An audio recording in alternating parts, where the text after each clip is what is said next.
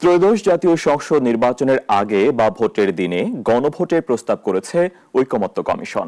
এই ব্যাপারে সরকারকে নির্বাচন কমিশনের সাথে দ্রুত যোগাযোগের তাগিদও দিয়েছেন তারা। দুপুরে জাতীয় ঐকমত্য কমিশনের সহ সভাপতি প্রফেসর ডক্টর আলী রিয়াজ রাজধানীর ফরেন সার্ভিস একাডেমিতে সংবাদ সম্মেলনে এ তথ্য জানিয়েছেন।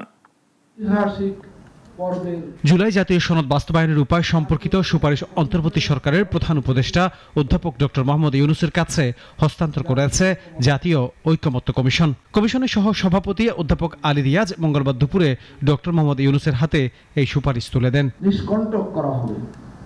এরপর জাতীয় ঐকমত্য কমিশনের সহ সভাপতি রাজধানীর ফরেন সার্ভিস একাডেমিতে এক সংবাদ সম্মেলনে কথা বলেন।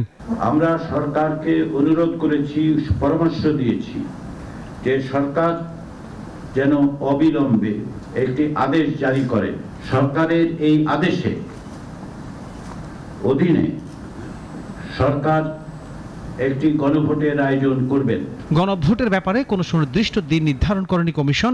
সরকারের আদেশের পর নির্বাচনের দিন পর্যন্ত যে কোনো দিন গণভোট হতে পারে জানিয়ে আলী রিয়াজ বলছেন, সরকার কিভাবে জুলাই জাতীয় সনদ বাস্তবায়ন করতে পারে সেই ব্যাপারে সুপারিশ দিয়েছে কমিশন। আজকে আমাদের পক্ষ থেকে যে সুনির্দিষ্ট সুপারিশ দেওয়া হয়েছে সেখানে আমরা এগুলো চিহ্নিত করে দিয়েছি, কোনগুলো অধ্যাদেশের মাধ্যমে, কোনগুলো অফিস অর্ডারের মাধ্যমে করা যাবে।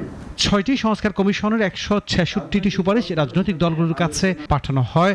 ৩০টি রাজনৈতিক দলের সঙ্গে সুপারিশগুলো আলোচনা করা হয়েছে বলেও জানান ঐকমত্য কমিশনের সহসভাপতি আনোয়ার হোসেন, নাগরিক, ঢাকা।